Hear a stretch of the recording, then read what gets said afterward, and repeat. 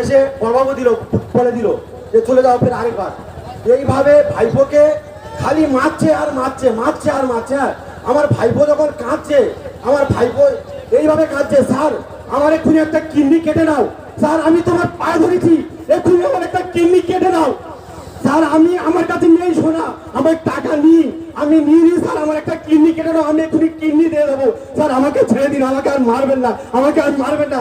এইভাবে খালি ভাইপো কাঁদছে। ওই যে রাজদীপ সরকার, ও মানুষ না কুত্তা আমি জানি না, এটা ওর যে আমি জানি না, ওকে যদি এক্ষুনি আমার সামনে পাই আমি ওকে কি করবো সেটা আমি জানি।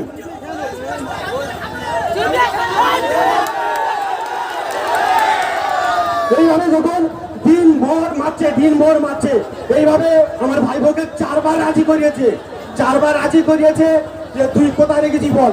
আমি তো তখন বুঝতে পারছি, আমি থানার ভিতরে আছি, আমি সব বুঝতে পারছি যে আমার যে আগের যে সোনার টাকাটা চুরি হয়েছে সেইটাকে ওরা চাপার জন্য। অ্যাম্বুলেন্সে পেশেন্ট যদি থাকে আপনারা একটু কায়দা করে সাইড করে দেন।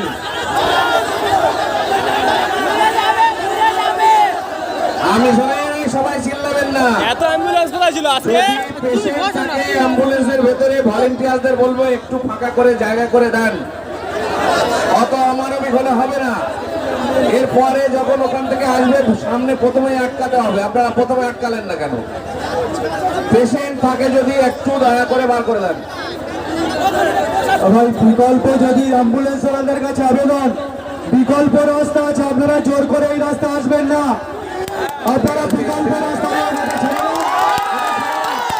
অ্যাম্বুলেন্স অন্যান্য গাড়িওয়ালারা বলছি আপনারা বাগামো করবেন না, আমরা অনেকক্ষণ দেখছি বিকল্প রাস্তা আছে, আপনারা বিকল্প রাস্তা দিয়ে নিয়ে যাবেন। সবাই উচ্ছ্বসিত হবেন না, পরিবেশটা নষ্ট হয়ে গেল।